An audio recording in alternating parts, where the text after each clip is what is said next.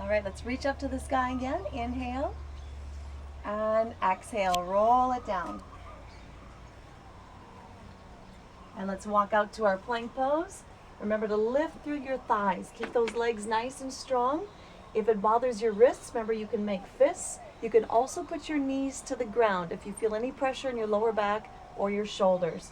So as you come down through your chaturanga, you want to keep those legs long and your elbows draw in towards your rib cage, lower to the ground.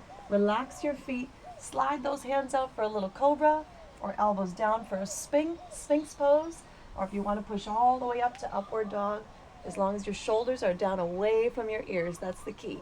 Reach to the feet, give it a breath, and exhale into your downward dog, and you can go right from here and lift back into your downward dog, or you can do what we did in the previous position and go from all fours. And then you want to take a few deep breaths here. Remember, long arms and legs.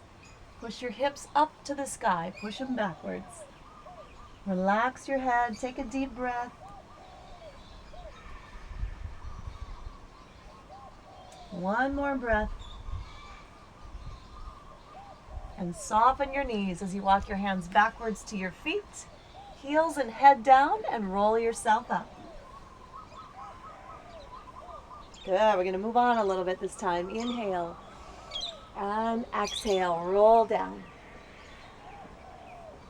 Walking out to your plank pose, knees up or down. Keep your body nice and strong and straight, lower to the ground. Inhale, rise up to whatever you'd like. Remember, if the shoulders feel compressed, take your hands out a little further, roll them down. Take a breath and exhale to downward dog. And again, you can go from all fours if you like.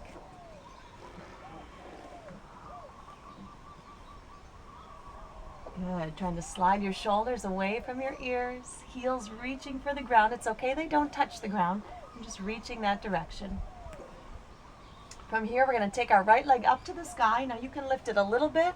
You can turn your hips if you want and rotate your hips. You can also bend your knee if you like how that feels.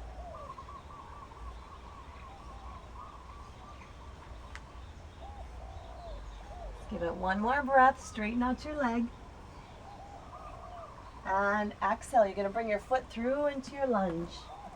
And this doesn't always make it there the first time. That's okay. You can put your back knee down and scoot your foot forward so that your knee is over your heel.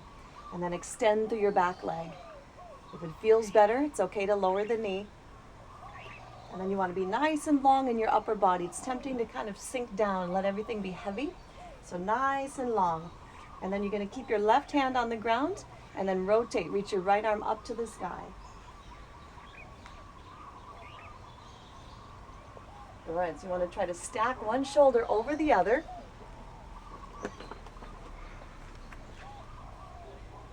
And keep lifting up through the legs and the arm. Let's give it one more breath.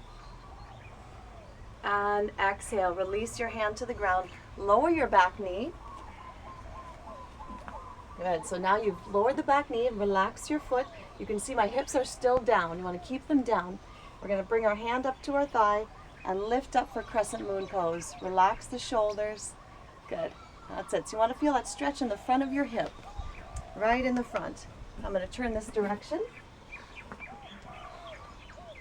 Good. And again, you want to kind of pull everything up so you don't compress down into your lower back.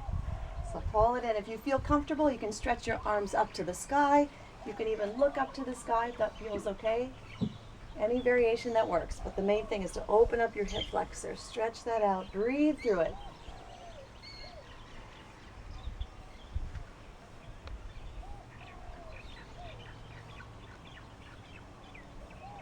Good. We're going to give it one more breath. Exhale. Let's bring our hands to the ground. Real gently. You want to shift back, releasing your hip flexor. Walk your hands back. If you want to use yoga blocks, you can use yoga blocks underneath your hands. That feels better. Or you can keep them on the ground. Either way. And we're going to elongate the top of our ankles. So pointing your foot down. And if you can, and it might help if you have yoga blocks, you want to try to lengthen your spine. So you can see how I've lifted my tailbone and reaching out. So we're not kind of hovering. And sometimes that's hard when the hamstring's tight. And that's okay. Just do the best you can. But if you can find a little more length in your spine, little lift.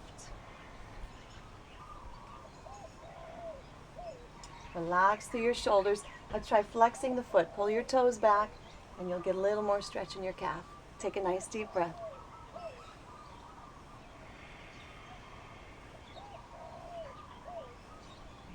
Very good. Let's release the hamstring. Lunge forward, hands to the ground. Tuck your back toe and step to your downward facing dog. Now if you'd rather do a child's pose here, you could always come down and stretch into a child's pose.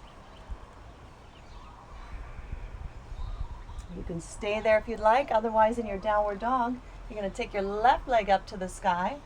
And again, you can lift it a little bit if you want. You can also put your knee to the ground. Otherwise, lift that leg up nice and high. And you can rotate, you can bend your knee, and let your head relax.